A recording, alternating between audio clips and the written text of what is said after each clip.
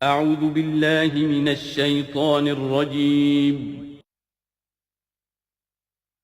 بسم الله الرحمن الرحيم.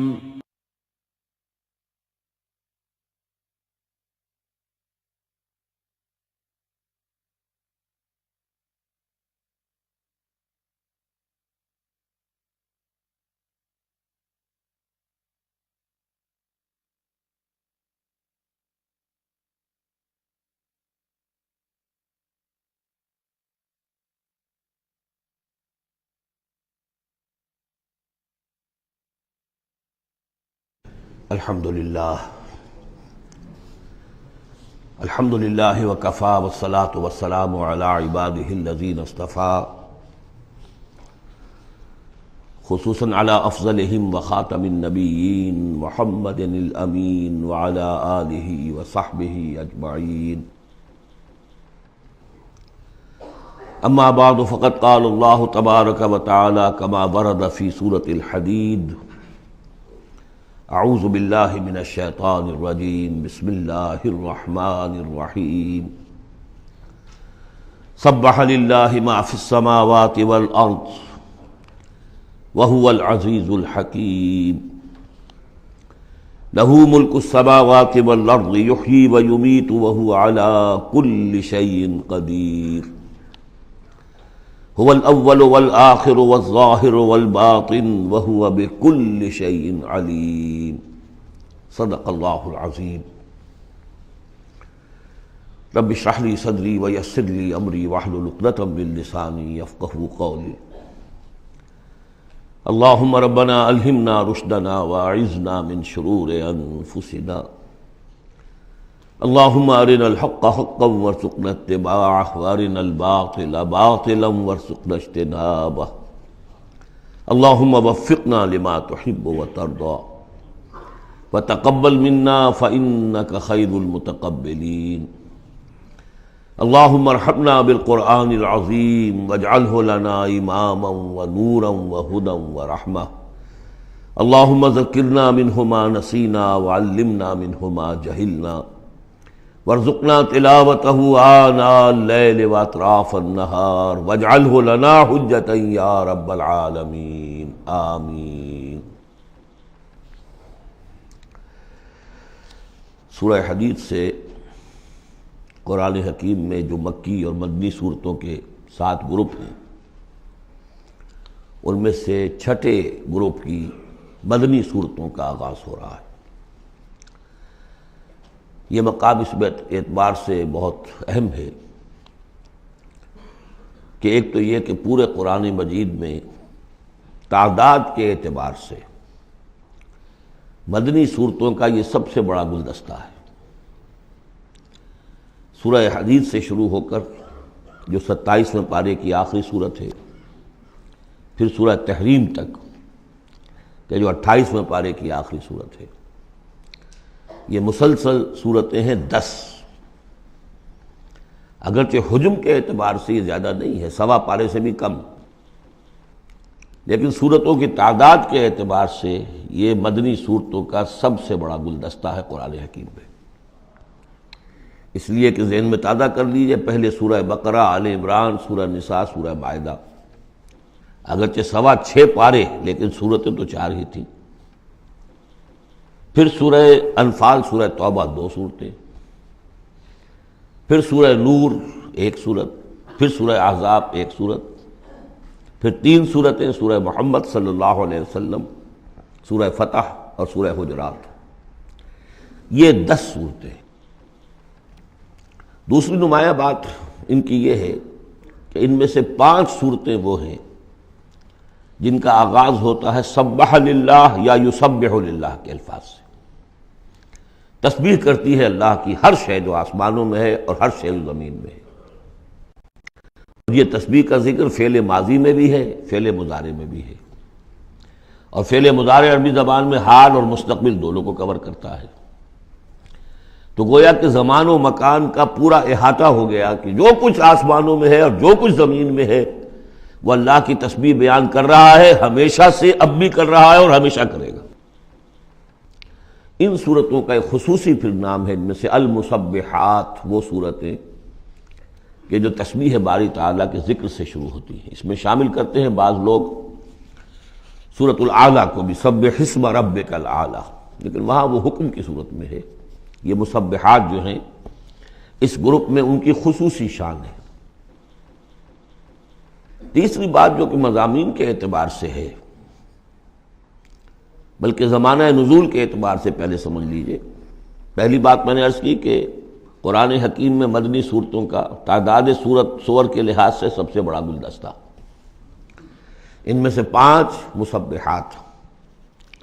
تیسری بات یہ کہ ان سب کا باستثناء واحد زمانہ نزول جو ہے وہ حضور صلی اللہ علیہ وسلم کا جو مدنی دور ہے سیرت مبارکہ کا، اس کا نصف آخر ہے، یعنی سن 5 کے بعد نازل ہوئی ہے، سوائے ایک صورت کے، تو آ جائے گی سامنے۔ باقی جو 9 صورتیں ہیں یہ سب کی سب بات کی ہے۔ اس سے جو متعلق بنتی ہے بات وہ یہ ہے کہ اس زمانے میں مسلمانوں میں جوش جہاد، ذوق شہادت، جذبہ انفاق، بحیثیت مجموعی اس میں کچھ کمی آ گئی تھی۔ یہ کمی میں پہلے بھی اشارہ کر چکا ہوں کہ معاذ اللہ اس اعتبار سے نہیں ہوئی کہ سابقون الاولون کے ذوق میں اور شوق میں اور جذبے میں کمی آ گئی، لیکن چونکہ تعداد بڑھی مسلمانوں کی، اور اب اکثریت ان لوگوں کی تھی کہ جو ایمان لائے ہیں ہجرت کے بعد، ان کی اس طرح کی تربیت تو نہیں ہوئی جیسے کہ مکے والوں کی ہوئی تھی 12 برس تک۔ اس اعتبار سے اوسط جب نکالیں گے تو اوسط کے اعتبار سے یقیناً ادھر کچھ اب اضمحلال کے آثار تھے۔ یہ آیت سورہ انفال میں بھی آ چکی ہے، الآن فیکم ضعف، اب تمہارے اندر کچھ کمزوری آ گئی ہے۔ پہلے تم ایک مومن 10 کافروں پر بھاری ہو سکتا تھا، اب ہم 1 کے مقابلے میں 2 پر فتح دیں گے۔ یہ بات سورہ انفال میں آ چکی ہے، لیکن یہاں خاص طور پر نوٹ کیجئے کہ ان تمام صورتوں کے پس منظر میں وہ اضمحلال ہے۔ نتیجہ یہ ہے کہ ان تمام صورتوں میں مسلمانوں کو جیسے کہ جھنجھوڑا جا رہا ہے، تمہیں کیا ہو گیا؟ سورہ صف میں آپ دیکھیں گے، یا ایھا الذین آمنوا لم تقولون ما لا تفعلون، کیا ہو گیا تمہیں؟ کیوں کہتے ہو جو کرتے نہیں ہو؟ اسی سورہ حدید میں آئے گا، وما لکم لا تؤمنون باللہ، تمہیں کیا ہو گیا؟ اللہ پر ایمان پختہ کیوں نہیں رکھتے؟ وما لکم الا تنفقوا فی سبیل اللہ، تمہیں کیا ہو گیا ہے؟ اللہ کی راہ میں خرچ کیوں نہیں کرتے؟ اسی طرح سورہ جمعہ میں وَإِذَا رَأَوْا تِجَارَةً أَوْ لَهْوًا انفضوا إِلَيْهَا وَتَرَكُوكَ قَائِمًا، تو گرفت کا پہلو ہے، پکڑ کا، اور جھنجھوڑا جا رہا ہے۔ اس میں یقیناً روح سخن منافقین کی طرف بھی ہے، لیکن بحیثیت مجموعی ان صورتوں میں جو اصل خطاب ہے وہ منافقین سے نہیں ہے۔ منافقین کے موضوع پر ایک مکمل صورت بھی ہے، اور سورہ حدید میں بھی اس مرض کا جو ہے اس کی پیتھولوجی پورے طور سے بیان کی گئی، یہ مرض پیدا کیسے ہوتا ہے۔ لیکن یہ ہے کہ عام طور پر جو روح سخن ہے وہ ضعفاء کی طرف ہے، کمزور مسلمان، منافق نہیں، یعنی جن کا ایمان اتنا قوی نہیں ہے کہ ہر چہ باد آباد۔ اور یہ میں آپ سے عرض کر چکا ہوں، یہ فرق تو شروع سے بھی تھا۔ السابقون الاولون من المہاجرین والانصار والذین اتبعوہم باحسان رضی اللہ عنہم ورضوا عنہ، اس درجے کے لوگوں میں بھی سب کے سب ایک جیسے تو نہیں تھے، وہ درجات تو بلند ترین ہے، رضی اللہ عنہم ورضوا عنہ، تو فرق تو تھا۔ اور اگر حفظ مراتب نہ کنی زندگی، تو ان درجات کا جب تک کہ آپ لحاظ نہ رکھیں اور نہ سمجھیں تو بات سمجھ میں نہیں آئے گی۔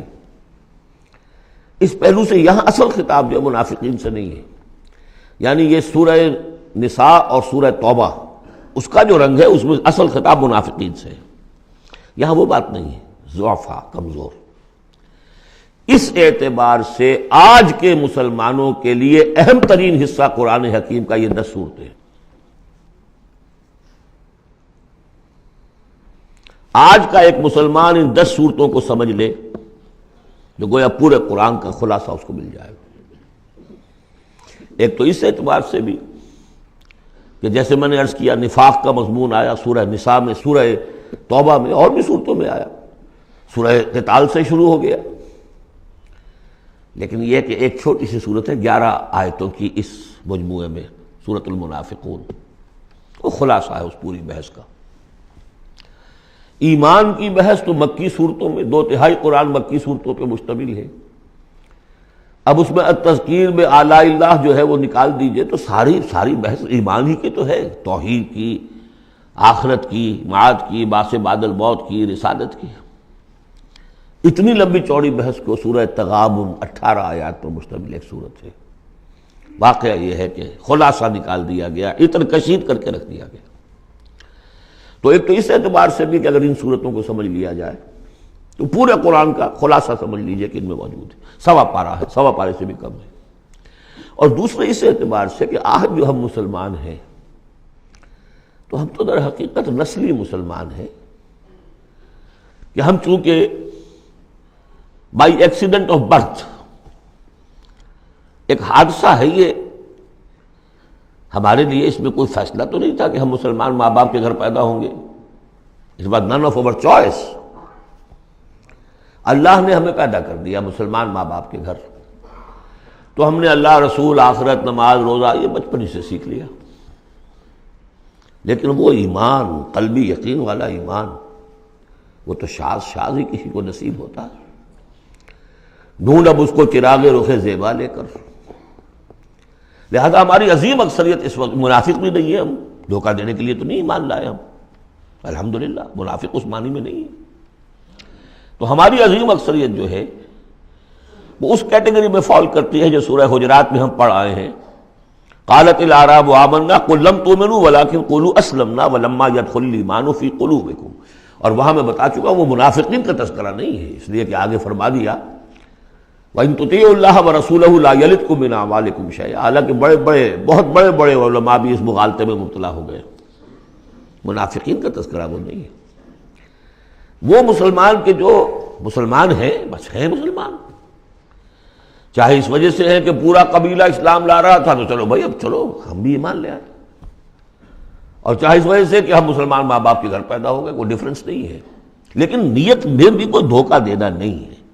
اس وقت بھی کچھ لوگ تھے جو دھوکہ دینے کے لیے ایمان لائے تھے، وہ منافق تھے، لیکن وہ لوگ کہ جن کے دل میں نہ تو مثبت طور پر خلوص والا ایمان تھا اور نہ ہی کوئی منفی طور پر کوئی نفاق تھا، وہ تھے بین۔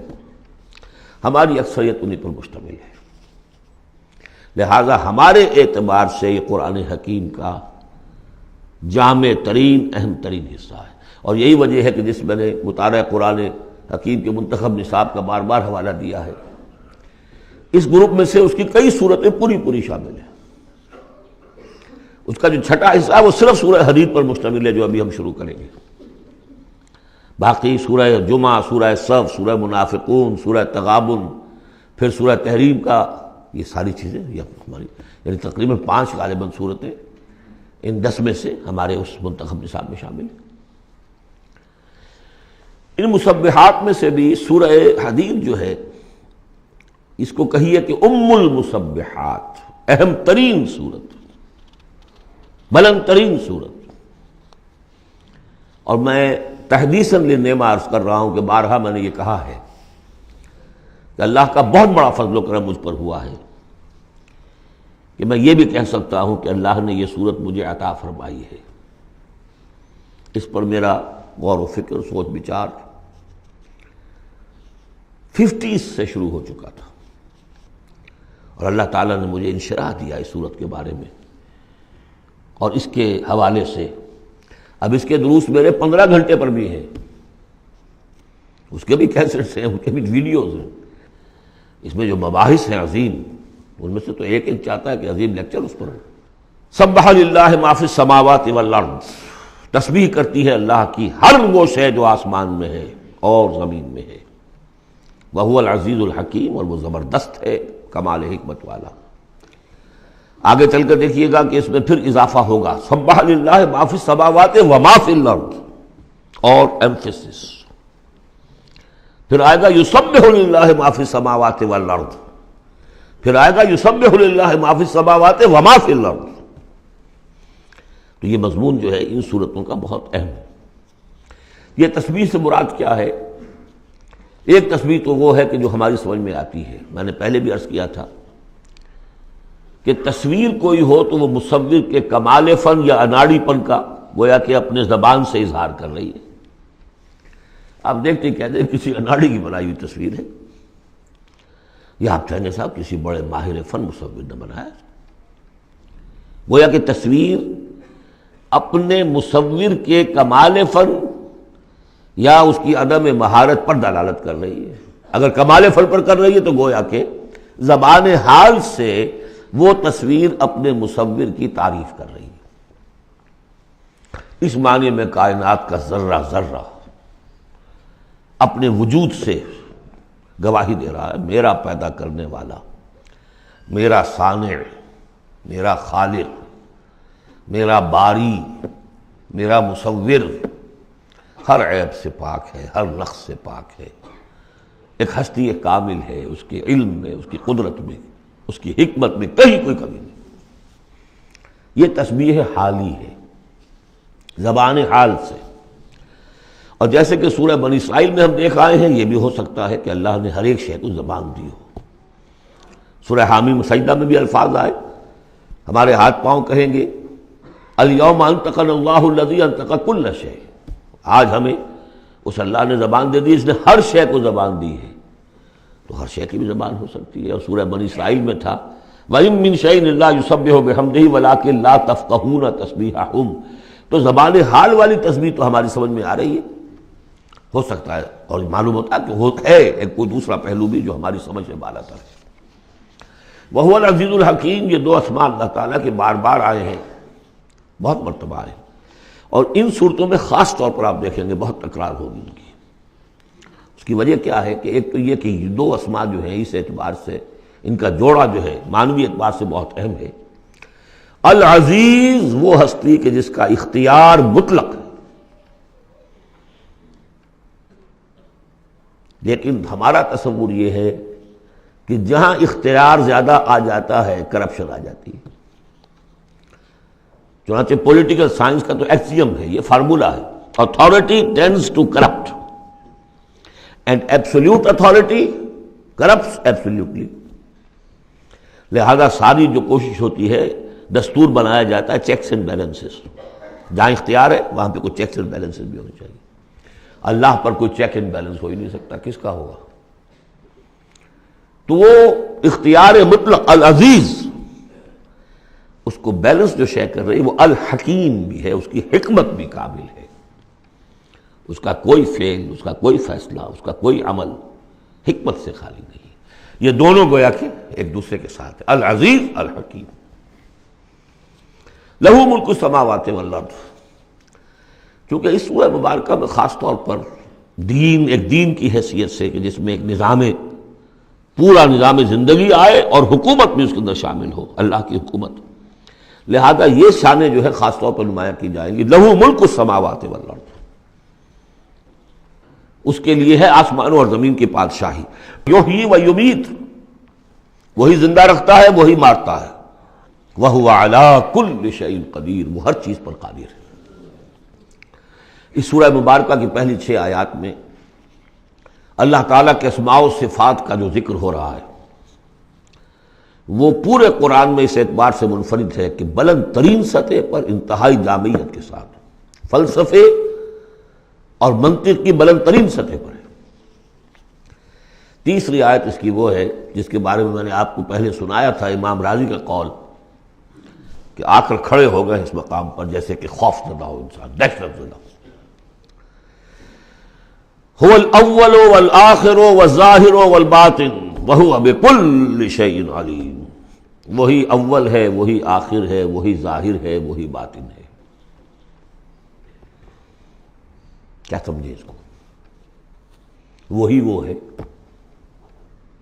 پھر یہ کیا ہے؟ غالب کا بڑا پیارا شعر ہے، جبکہ تجھ بن نہیں کوئی موجود، پھر یہ ہنگامہ ہے خدا کیا ہے؟ وہی اول، وہی آخر، وہی ظاہر، وہی باطن۔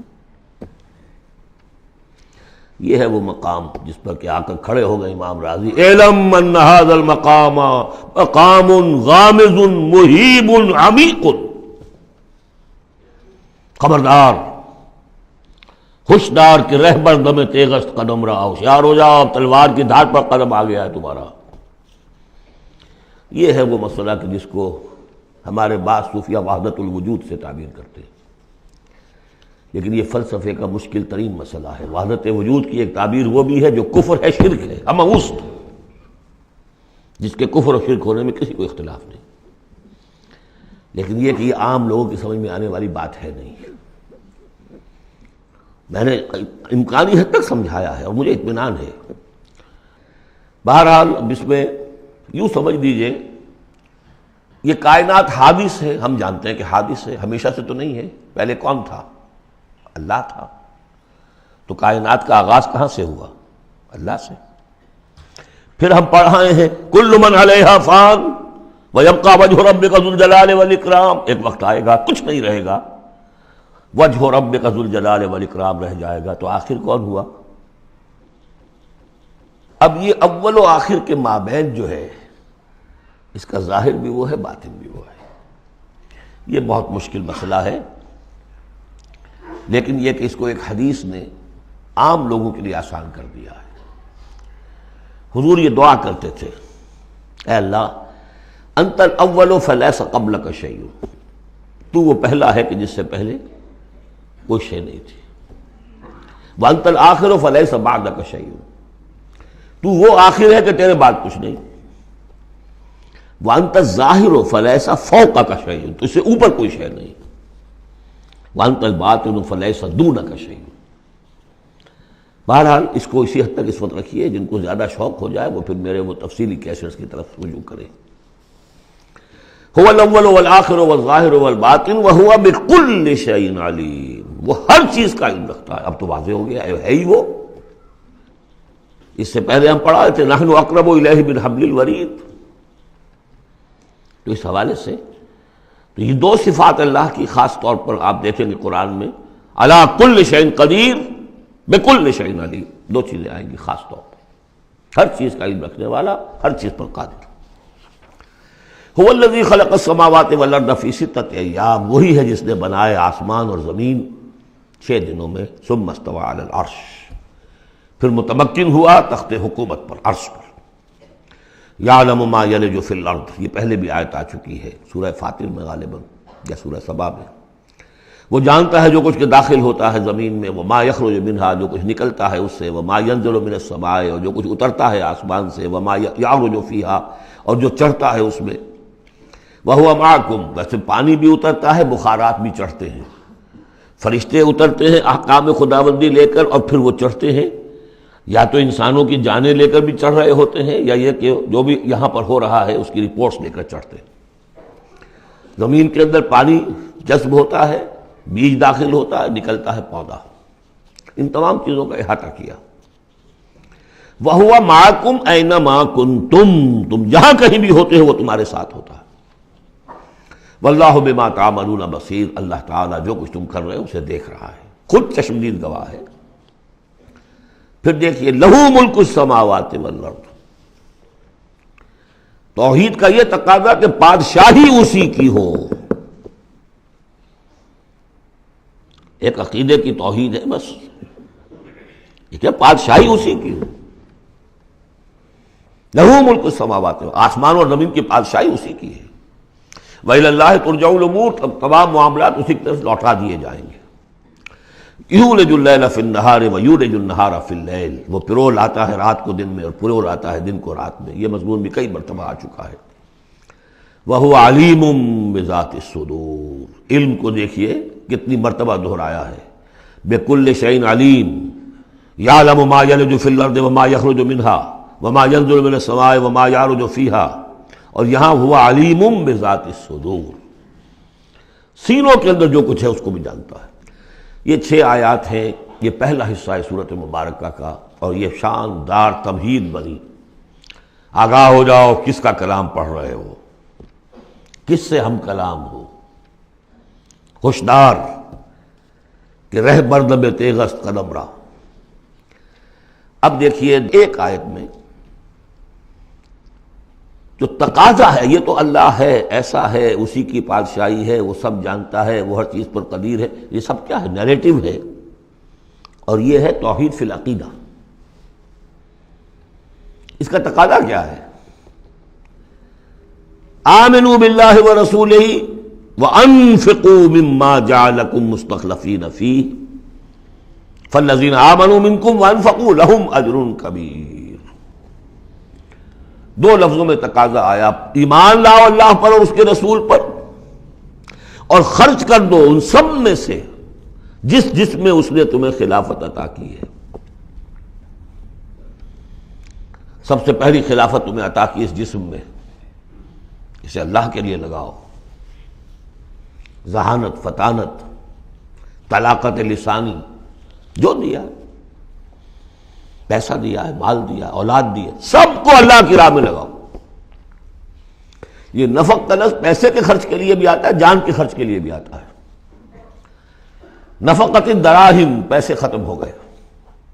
نفق الفرس، گھوڑا مر گیا۔ تو نفق کا لفظ دونوں کے لیے آتا ہے۔ تو انفقوا مما جعلکم مستخلفین فی، جس چیز میں تمہیں استخلاف عطا کیا ہے لگاؤ، خرچ کرو، صرف کر دو۔ یہ دو تقاضے ہیں۔ اصل میں یوں سمجھیے کہ جو سورہ حجرات میں دو تقاضے آئے تھے، آمنوا باللہ ورسولہ، سورہ حجرات میں آئے تھے انما المؤمنون الذین آمنوا باللہ ورسولہ ثم لم یرتابوا وجاہدوا باموالہم وانفسہم فی سبیل اللہ۔ حقیقی مومن تو صرف وہ ہیں جو ایمان لائے اللہ پر اور اس کے رسول پر، پھر شک میں بالکل نہیں پڑے، اور انہوں نے جہاد کیا اللہ کی راہ میں اور کھپا دیے جان بھی اور مال بھی، وہی سچے ہیں۔ یہاں پر دو ہیں، ان میں دونوں میں ایک سے تو مشترک ہو گئی، آمنوا باللہ ورسولہ، ایمان لاؤ اللہ پر اس کے رسول پر جیسے کہ ایمان کا حق ہے۔ وانفقوا، اور خرچ کر دو۔ انفاق مال، انفاق نفس، بذل نفس، دونوں چیزیں آ جائیں گی۔ مما جعلکم مستخلفین فیہ، اب اگر یہ دو کام کر دو تو تمہارے وارے نیارے ہیں، تم کامیاب ہو۔ فالذین آمنوا منکم وانفقوا لہم اجر کبیر، تو جو تم میں سے یہ دو تقاضے پورے کر دیں، ایمان لائیں جیسے کہ ایمان کا حق ہے، یقین والا ایمان، اور انفاق کر دیں، خرچ کر دیں، لگا دیں، کھپا دیں، اپنے آپ کو بھی اور اپنی تمام جو بھی کچھ اپنی ملکیت ہے، جو ساز و سامان ہے، لہم اجر کبیر۔ اب دیکھیے نظم، دیکھیے اب دو آیتوں میں وہ ڈانٹ کا، ڈپٹ کا، زجر کا معاملہ ہو رہا ہے۔ وَمَا لَكُمْ لَا تُؤْمِنُونَ بِاللَّهِ، تمہیں کیا ہو گیا ہے، کیوں نہیں ایمان رکھتے اللہ پر؟ وَالرَّسُولُ يَدْعُوكُمْ لِتُؤْمِنُوا بِرَبِّكُمْ، جبکہ ہمارے رسول محمد صلی اللہ علیہ وسلم تمہیں دعوت دے رہے ہیں، وہ ابھی موجود ہیں تمہارے مابین، تمہیں کیا ہو گیا؟ وہ تمہیں دعوت دے رہے ہیں کہ تم ایمان رکھو اپنے رب پر۔ وَقَدْ أَخَذَ مِيثَاقَكُمْ، اور دیکھو تم سے عہد لے چکا ہے تمہارا رب۔ اگر تم ایمان کا دعویٰ کرتے ہو تو عہد در عہد، ایک عہد تو تم کر کے آئے تھے، أَلَسْتُ بِرَبِّكُمْ قَالُوا بَلَىٰ، پھر ایک عہد تم نے کیا سَمِعْنَا وَأَطَعْنَا، پھر تم نے عہد کیا ان اللہ اشترى من المؤمنین انفسهم واموالهم بان لهم الجنہ، بیع و شرح ہو چکی ہے۔ وقد اخذ میثاقکم، وہ تم سے عہد لے چکا ہے، ان کنتم مؤمنین، اگر تم حقیقتاً مومن ہو، دعویٰ تو کر رہے ہو ایمان کا۔ ساتھ ہی اب راستہ بتا دیا، اگر تم اپنی گریبان میں جھانکو اور محسوس کرو کہ وہ یقین والا ایمان تو نہیں ہے، اندر تو کچھ خلاصہ ہے، اللہ کرے کہ ہمیں اس کا احساس ہو جائے، اپنی گریبانوں میں جھانکیں۔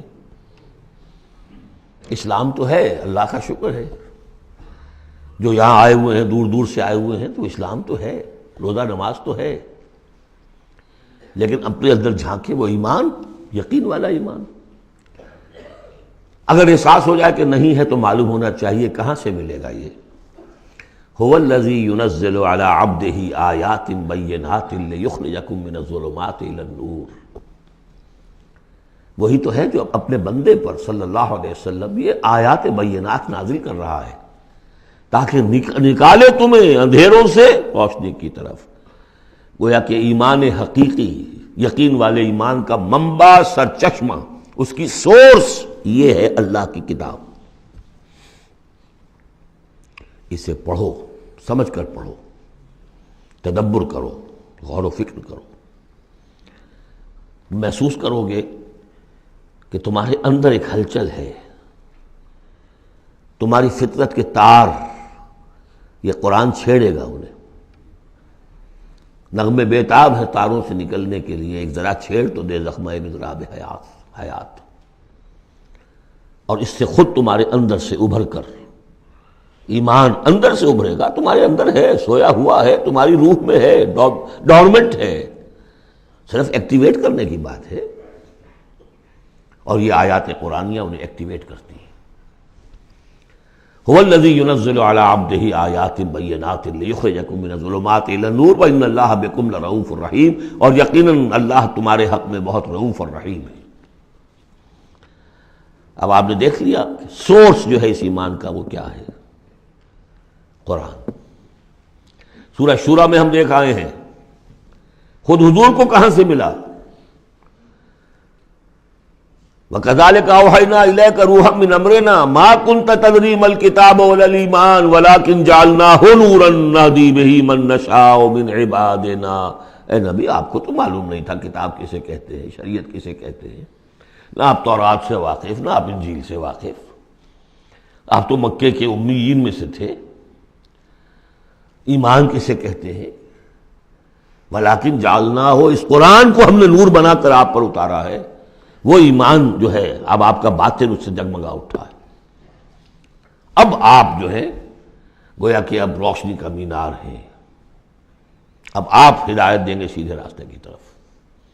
اسی کو مولانا ظفر علی خان نے کہا ہے بہت خوبصورتی لیکن بہت سادگی سے، وہ جنس نہیں ایمان جسے لے آئیں دکانیں فلسفہ سے، ڈھونڈے سے ملے گی عاقل کو یہ قرآن کے سپاہوں۔ اچھا، ایک بات تو ہو گئی کہ تم ایمان کیوں نہیں، تمہارا پختہ کیوں نہیں ہے، یہ ڈلمل یقین ایمان کیوں لیے پھر رہے ہو، یہ شکوک و شبہات کے کانٹے جس میں چبھے ہوئے ہیں اس ایمان کے ساتھ گزارا کیوں کر رہے ہو؟ اگر اس میں کمی ہے تو پہلے اس کمی کو پورا کرو، چھوڑ دو دھندے، کچھ دن نکال لو، 1 سال نکال لو اپنی زندگی میں سے کہ کم سے کم اتنی عربی سیکھ لیں کہ یہ قرآن ہمارے دلوں کے تاروں کو چھیڑ سکے۔ وہ اسی وقت ہوگا تیرے ضمیر پہ جب تک نہ ہو نزول کتاب، گرہ کشا ہے درازی نہ صاحب کشاف۔ انسپیریشن قرآن سے، ترجمے سے نہیں مل سکتی، ناممکن ہے۔ مفہوم سمجھ لیں گے، دماغ میں کچھ چیزیں آ جائیں گی، لیکن وہ جو قلب کو متحرک کرنا ہے، اس کو انسپائر کرنا ہے، وہ اسی وقت ہوگا۔ اب دوسری ڈانٹ، وَمَا لَكُمْ أَلَّا تُنْفِقُوا فِي سَبِيلِ اللَّهِ، تمہیں کیا ہو گیا، خرچ کیوں نہیں کرتے اللہ کی راہ میں؟ وَلِلَّهِ مِيرَاثُ السَّمَاوَاتِ وَالْأَرْضِ، آسمان اور زمین کی ساری وراثت تو بالآخر اللہ ہی کے لیے رہ جائے گی، تمہارے پاس رہ جائیں گے یہ محل، یہ کوٹھیاں، یہ فیکٹریاں، تم آج ہو کل نہیں ہوگے، جو اگلے ہوں گے وہ بھی پھر نہیں ہوں گے، کائنات تو اسی کی ہے، وارث وہی ہے، الوارث وہی تو ہے، اور تم سینچ سینچ کے رکھ رہے ہو۔ وَمَا لَكُمْ أَلَّا تُنْفِقُوا فِي سَبِيلِ اللَّهِ، اور انفاق میں نوٹ کر لیجیے، میں بتا چکا ہوں کہ انفاق کے اندر انفاق مال بھی ہے، انفاق نفس بھی ہے، بذل نفس، جان کھپانا، وہ واضح ہو جائے گا۔ وَلِلَّهِ مِيرَاثُ السَّمَاوَاتِ وَالْأَرْضِ لَا يَسْتَوِي مِنْكُمْ مَنْ أَنْفَقَ مِنْ قَبْلِ الْفَتْحِ وَقَاتَلَ، برابر نہیں ہے تم میں سے وہ جنہوں نے انفاق کیا اور قتال کیا فتح سے پہلے، قتال آ گیا، جان کھپانے کے لیے میدان میں آئے۔ انفاق جو کہا تھا آیت نمبر 7 میں، وہ صرف مال کا نہیں، جان کا بھی ہے، اور انفاق کے جان جو ہے اس کا سب سے بڑا موقع کیا ہے؟ جنگ، جہاں آپ نقد جان ہتھیلی پر رکھ کر حاضر ہوتے، وہ تو اگر جان بچ جائے تو گویا کہ بونس ہے، ورنہ جو جاتا ہے جنگ میں وہ پورا رسک لے کر جاتا ہے۔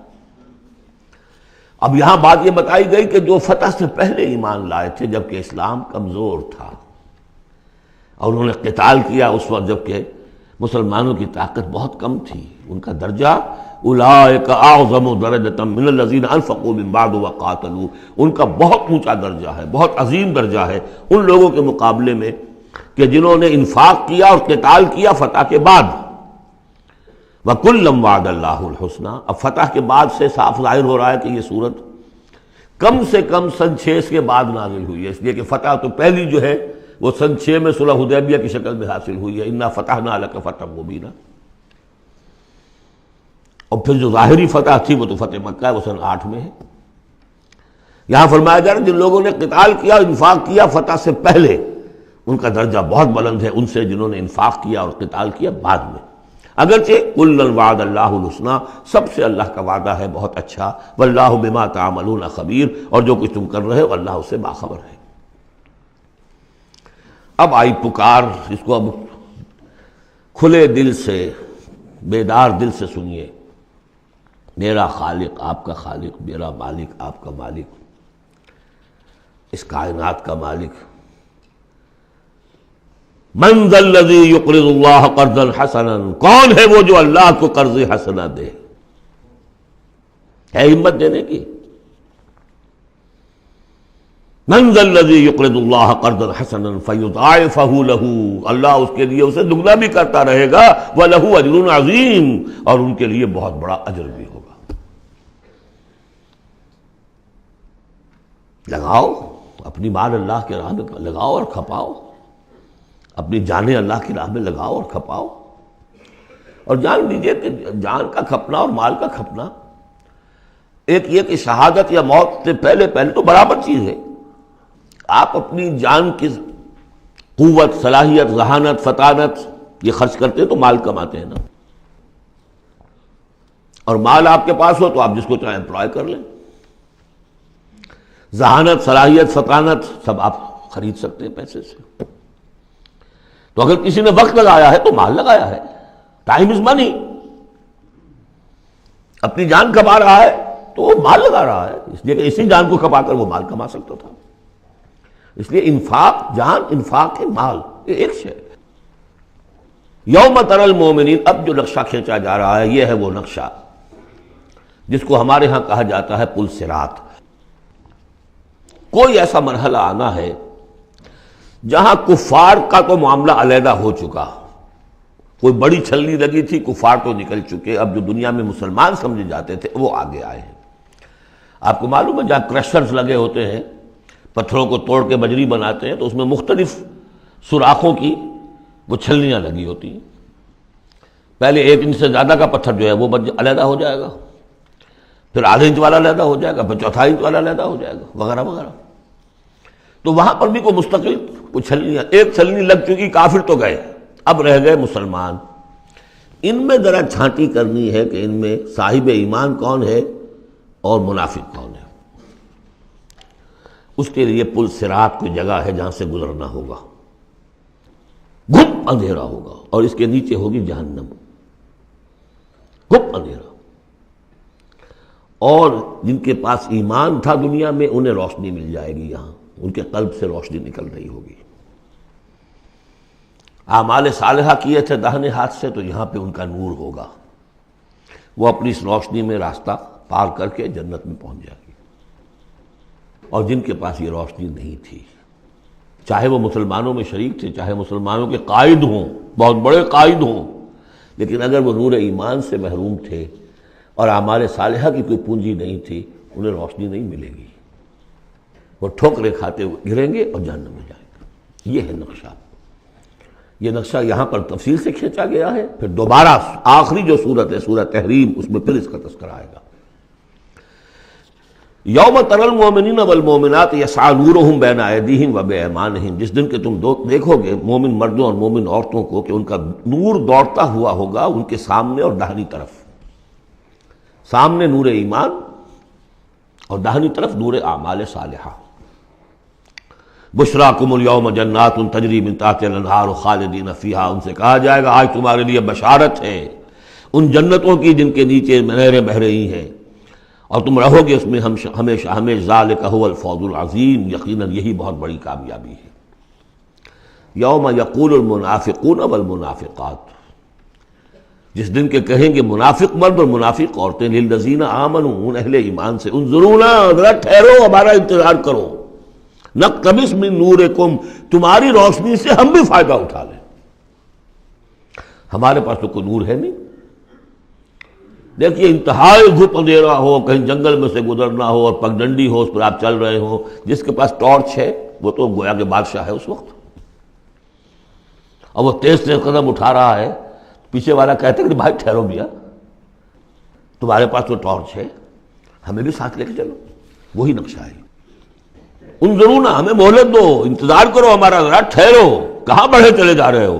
اقتبس من نورکم، یہی وہ لفظ اقتباس، قبس کہتے ہیں چنگاری کو، کسی چولہے میں سے چنگاری لا کر اپنے چولہے میں آگ جلا لینا، ہم تمہارے اس نور سے فائدہ اٹھا لیں۔ قیل ارجعوا وراءکم فالتمسوا نورا، کہا جائے گا لوٹ جاؤ پیچھے کی طرف اور تلاش کرو نور۔ یہ نور یہاں نہیں ملا، دنیا سے کما کر لایا گیا ہے۔ یہاں قیلا کہا گیا، قالو نہیں کہا گیا۔ اہل ایمان کی شرافت اور مروت سے یہ بعید ہے کہ وہ یہ جواب دے، کوئی کہنے والا ہوگا اللہ کا فرشتہ، قیلا کہا جائے گا، قیل ارجعوا وراءکم، لوٹ جاؤ پیچھے کی طرف، فالتمسوا نورا، اگر ہو سکتا جاؤ دوبارہ دنیا کے اندر، وہاں جا کر ایمان اور عمل صالح کی کمائی کر کے لاؤ تو یہ نور ہوگا۔ فضرب بینہم بسور لہ باب، اور اتنے عرصے میں ان کے درمیان ایک فصیل حائل کر دی جائے گی جس میں ایک دروازہ ہوگا، باطنہ فیہ الرحمہ، اس فصیل کے اندر کی طرف رحمت ہوگی، وظاہرہ من قبلہ العذاب، اور اس کے باہر کی طرف عذاب الہی کا نزول شروع ہو جائے گا۔ یہ چھلنی ہے جو اہل ایمان اور منافقین کے درمیان لگائی جائے گی۔ اب اس اعتبار سے اگلی دو آیتیں جو ہے قرآن مجید کا اہم ترین مقام ہے کہ یہ پیتھولوجی کیسے ڈیولپ ہوتی ہے، نفاق کیسے آتا ہے۔ ینادونہم الم نکن معکم، وہ منافق کہیں گے اے مسلمانوں کیا ہم تمہارے ساتھ نہ تھے؟ تمہارے ساتھ مسجد نبوی میں ہم نمازیں پڑھتے تھے، عیدیں پڑھتے تھے، ہم تمہارے ساتھ تھے۔ الم نکن معکم، کیا ہم تمہارے ساتھ نہ تھے؟ قالوا بلا، اب وہ کہیں گے ہاں تھے تو ہمارے ساتھ کیوں نہیں تھے؟ ولکنکم فتنتم انفسکم، تم نے اپنے آپ کو فتنے میں ڈالا۔ فتنہ کیا ہے؟ انما اموالکم واولادکم فتنہ، مال اور اولاد سے ضرورت سے زیادہ محبت، اگر اللہ اور اس کے رسول اور اس کی راہ میں جہاد سے زیادہ محبت ہے اہل و عیال سے اور مال سے، تم نے اپنے آپ کو اپنے ہاتھوں فتنے میں ڈال دیا۔ یہاں ذرا وہ آیت اب یاد کر لیجئے جو سورہ توبہ میں ہم پڑھا ہے، آیت نمبر 24، قل ان کان آباؤکم وابناؤکم واخوانکم وازواجکم وعشیرتکم واموال اقترفتموها وتجارۃ تخشون کسادها ومساکن ترضونها احب الیکم من اللہ ورسولہ وجہاد فی سبیلہ فتربصوا حتی یاتی اللہ بامرہ واللہ لا یہدی القوم الفاسقین۔ اے نبی ان سے کہہ دیجئے کہ اگر تمہیں اپنے باپ اور بیٹے اور بھائی اور بیویاں اور رشتہ دار اور وہ مال جو بڑی محنت سے جمع کیے ہیں، وہ تجارت جس کی کساد کا تمہیں اندیشہ رہتا ہے، اور وہ حویلیاں اور محل جو تمہیں بڑے محبوب ہیں، اگر ان 8 چیزوں کی محبت زیادہ ہے تمہارے دل میں اللہ اور اس کے رسول اور اس کی راہ میں جہاد کی محبت سے، تو جاؤ دفع ہو جاؤ، انتظار کرو یہاں تک کہ اللہ اپنا فیصلہ سنا دے۔ یہ ترازو کس نے ٹلٹ کی ادھر؟ یہ 8 والا پلڑا کیوں ہوا نیچے؟ کیوں نہیں یہ 3 والا نیچے گیا؟ یہ تمہارا فیصلہ ہے، اٹ واز یور چوائس، لہذا فتنتم انفسکم، تم نے خود اپنے آپ کو فتنے میں ڈالا، اور یہ فتنے میں جب ڈالا وتربصتم، نتیجہ تربص نکلا، وہی جو آیت ختم ہوئی آیت نمبر 24 سورہ توبہ کی، فتربصوا، گو مگو میں آدمی مبتلا ہو جاتا ہے، چلوں نہ چلوں، بڑھوں نہ بڑھوں، قدم بڑھاتا ہوں تو یہ خطرات آتے ہیں، یہ مصیبتیں آتی ہیں، رک جاتا ہوں تو باز پرس ہوتی ہے، پوچھا جائے گا اچھا چلو جھوٹ بول کے جان بچا لوں گا، اس سے آگے بڑھنا شروع ہوتا ہے بس۔ وَلَكِنَّكُمْ فَتَنْتُمْ أَنفُسَكُمْ وَتَرَبَّصْتُمْ وَارْتَبْتُمْ، اور پھر ایک مرحلہ آتا ہے کہ وہ ایمان کی تھوڑی بہت پونجی جو تھی اس میں ریب اور شکوک و شبہات کے کانٹے چڑھنے شروع ہو جاتے ہیں، کیا پتہ ہوگی بھی کہ نہیں آخرت، یہ دنیا نقد ہے، اس کی لذت نقد، اس کی کلفت نقد، اس کا عیش نقد، اس کی تکلیف نقد. پتہ نہیں آخرت ہوگی کہ نہیں ہوگی. پھر شکوک و شبہات آئیں گے. آخری بات وغرتکم الامانی، پھر تمہیں دھوکہ دیا مزید تمہاری خواہشات نے. اللہ بڑا بخشنے والا ہے، اللہ پالن ہار ہے، اللہ بخشن ہار ہے. ہم کچھ بھی کریں آخر تیرے محبوب کی امت میں ہیں. We are the chosen people of the lord. غرتکم الامانی، کبھی خیال ہوتا بھی ہے تو یہ تھپکیاں دے دے کر یہ امانی جو ہے یہ سلا دیتی ہے. وغرکم باللہ الغرور حتی جاء امر اللہ، یہاں تک کہ اللہ کا فیصلہ آ گیا. وغرکم باللہ الغرور، اور تمہیں خوب دھوکہ دیا اللہ کے نام پر اس دھوکے باز نے، شیطان لعین نے. یہ سورہ لقمان میں آ چکا ہے. فلا یغرنکم الحیات الدنیا ولا یغرنکم باللہ الغرور. یہ ہے سٹیجز. دنیا، مال، اسباب، اولاد، کاروبار، ان چیزوں میں اتنا انہماک کہ اللہ اور اس کا رسول اور اللہ کی راہ میں جہاد کی جو محبت ہے وہ کمتر ہو جائے. یہ نقطہ آغاز ہے. یہاں سے تربص سے ریب و شکوک، اور ریب و شکوک سے آگے نفاق. فَالْيَوْمَ لَا يُؤْخَذُ مِنْكُمْ فِدْيَةٌ وَلَا مِنَ الَّذِينَ كَفَرُوا، تو آج نہ تم سے کوئی فدیہ قبول کیا جائے گا اور نہ کافروں سے.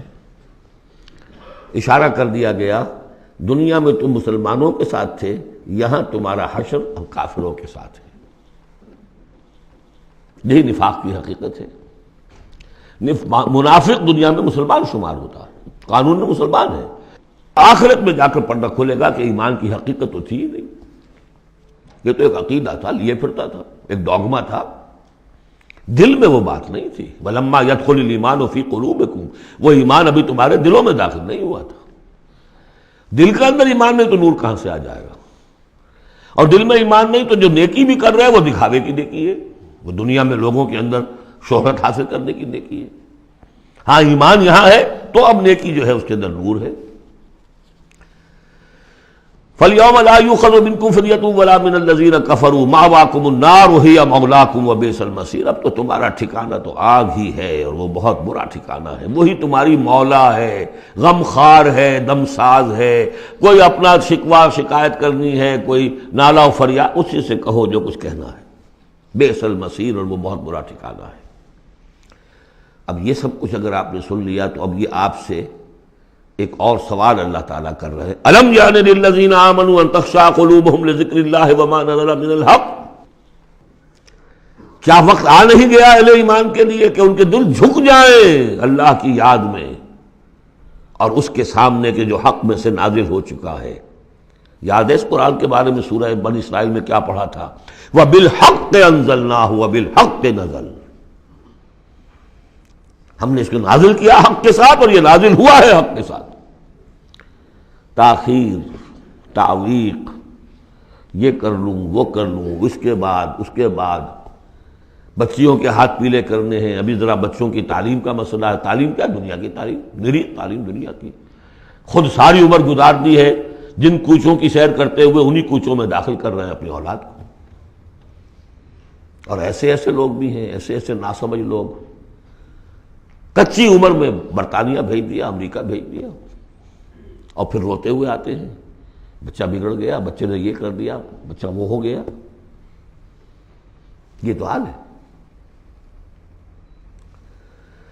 الم یعن للذین آمنوا ان تخشع قلوبہم لذکر اللہ وما نزل من الحق. کیا وقت آ نہیں گیا؟ کس کے منتظر ہو؟ اہل ایمان کے دل جھک جائیں اللہ کی یاد میں اور اس قرآن کے سامنے.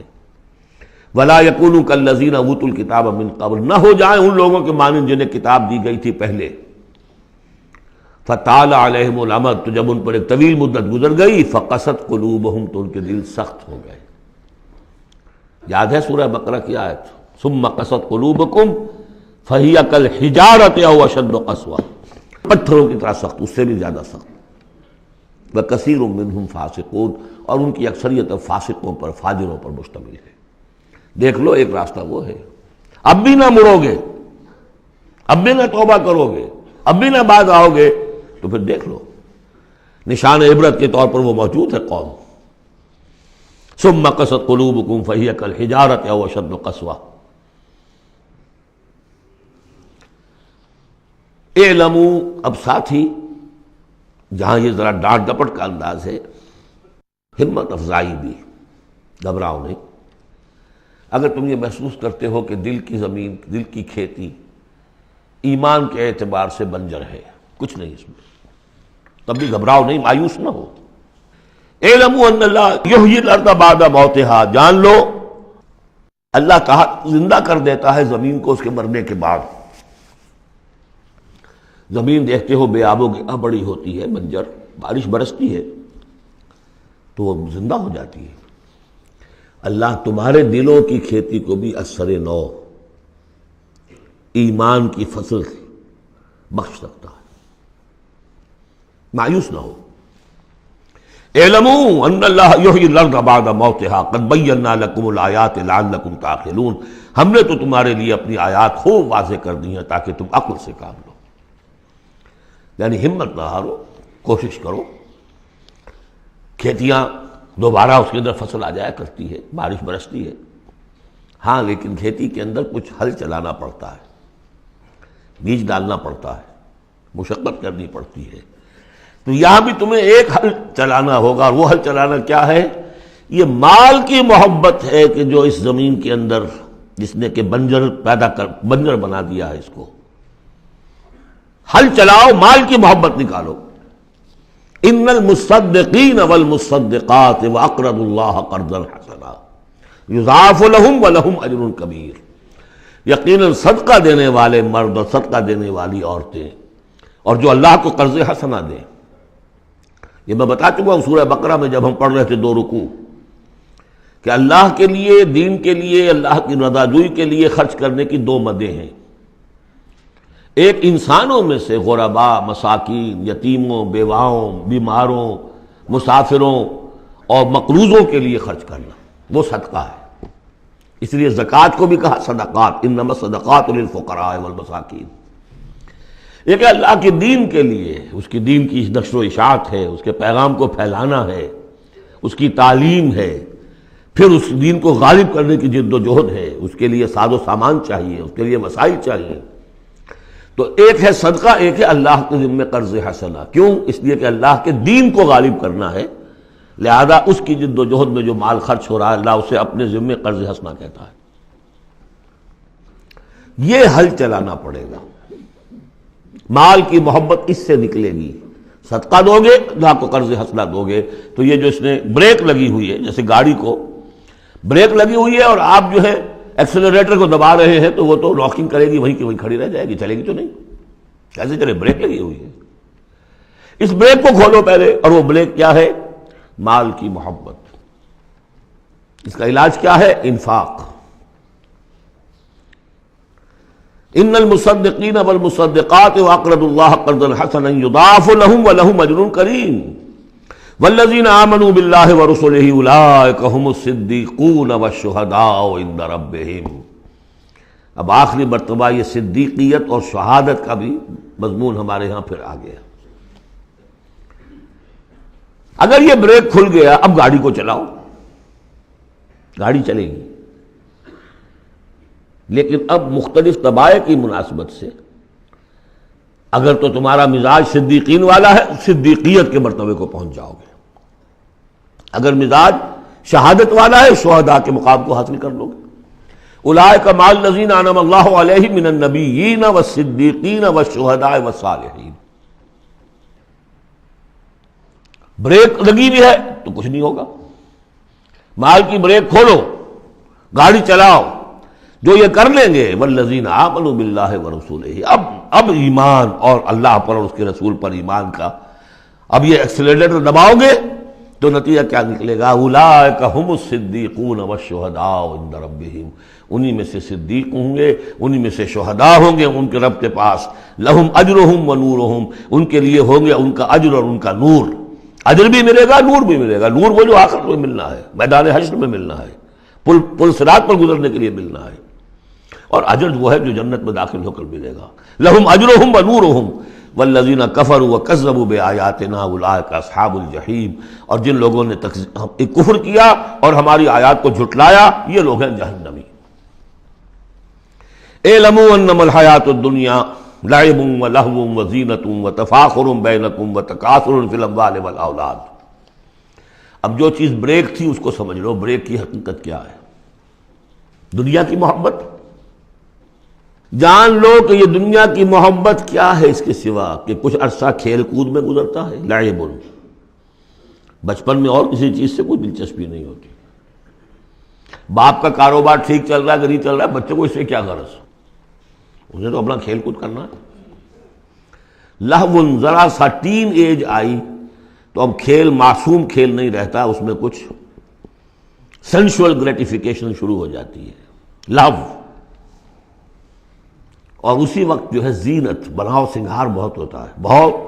اس ایج میں مردوں کو بھی خیال ہوتا ہے ٹھیک ٹھاک لباس ہو، پورا جو ہے ہمارے فیشن کے مطابق ہو، ویری سینسٹیو۔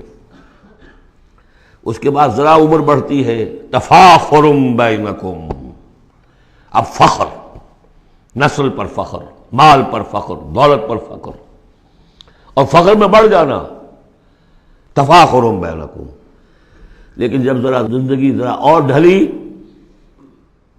تکاثر فی الاموال والاولاد، کثرت سے مال اور اولاد۔ اس کے بعد یہ ہے، ایک سٹیج پر تو یہ ہوتا ہے کہ مونچھ نیچی نہ ہو چاہے سب کچھ چلا جائے، اور اگلی سٹیج پر یہ ہوتا ہے کہ مونچھ نیچی کیا، شیو بھی ہو جائے تو کوئی بات نہیں، مال آنا چاہیے۔ یہ عجیب آیت ہے، انسانی زندگی کے یہ نفسیاتی مراحل ہیں۔ بہت کم لوگوں نے سمجھا اس آیت کو۔ اس کا ہر دور میں کوئی ایک شے ہوتی ہے جو انسان کے اس ذہن پر اور نفسیاتی اعتبار سے اس کے نزدیک بڑی اہمیت کی حامل ہوتی ہے۔ بچپن میں کھیل کود، ذرا اس سے بڑا ٹین ایجرز، اس میں لہو وزینۃ، اس سے اوپر آئے تفاخر، اس سے اوپر آئے اب یہ ہے کہ بڑا ریئلسٹک ہو جاتا ہے آدمی، چھوڑو میاں ان باتوں کو، پیسے کی فکر کرو، رکھو اس کو، سنبھالو۔ تکاثر فی الاموال والاولاد کمثل غیث، میں نے بارہا کہا یہ ایک لائف سائیکل ہے، ہیومن لائف سائیکل۔ وہی لائف سائیکل آپ کو ملتی ہے باٹنی میں، نباتات میں۔ کمثل غیث، جیسے کہ بارش برستی ہے، اعجب الکفار نباتہ، تو جو کسان ہوتے ہیں اس سے جو روئیدگی کھیتی اپجتی ہے اس کو بڑی اچھی لگتی ہے۔ ثم یہیج، پھر وہ کھیتی اپنی پوری قوت پر آتی ہے۔ فتراہ مصفرا، پھر دیکھتے ہو وہ زرد ہو جاتی ہے۔ ثم یکون حطاما، پھر کھیتی کٹ جاتی ہے اور چورا چورا کہیں جو ہے وہ توڑی کے ٹکڑے پڑے رہ جاتے ہیں۔ اسی طرح بچہ پیدا ہوتا ہے، بڑی خوشیاں ہیں، جشن بن رہا ہے، پھر وہ بچہ جوان ہوا ہے، ثم یہیج، جو اپنی پوری قوت کو پہنچ گیا ہے۔ فتراہ مصفرا، پھر بالوں میں بھی سفیدی آ گئی، پھر چہرے پر جھریاں آ رہی ہیں۔ ثم یکون حطاما، پھر مرے اور گڑھے میں دفن ہوئے اور مٹی میں مل کر مٹی ہو گئے۔ لیکن ایک زندگی آخرت کی ہے جس کے لیے کوئی اس طرح کا اینڈ نہیں ہے۔ وَفِي الْآخِرَةِ عَذَابٌ شَدِيدٌ وَمَغْفِرَةٌ مِّنَ اللَّهِ وَرِضْوَانٌ، اور آخرت میں ہے بہت بڑی سزا اور مغفرت اللہ تعالیٰ کی طرف سے، اور یا رضوان ہے۔ وَإِنَّهَا لَجَنَّةٌ أَبَدًا أَوْ لَنَارٌ أَبَدًا وَمَا الْحَيَاةُ الدُّنْيَا إِلَّا مَتَاعُ الْغُرُورِ، اور جان لو کہ دنیا کی یہ زندگی تو سوائے دھوکے کے ساز و سامان کی اور کچھ نہیں ہے۔ یہ تمہیں اپنے اندر گم کیے رکھتی ہے، بھلائے رکھتی ہے، نہ اللہ یاد نہ آخرت یاد، اسی میں مگن، اسی میں گم۔ کافر کی یہ پہچان کہ آفاق میں گم ہے، اور مومن کی یہ پہچان کہ گم اس میں ہے آفاق۔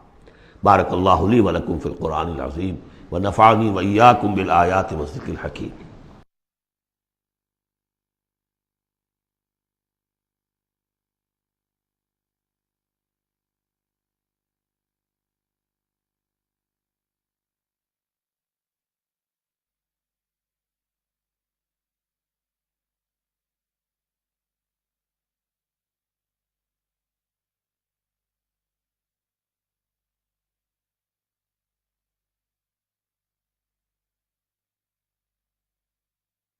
أعوذ بالله من الشيطان الرجيم. بسم الله الرحمن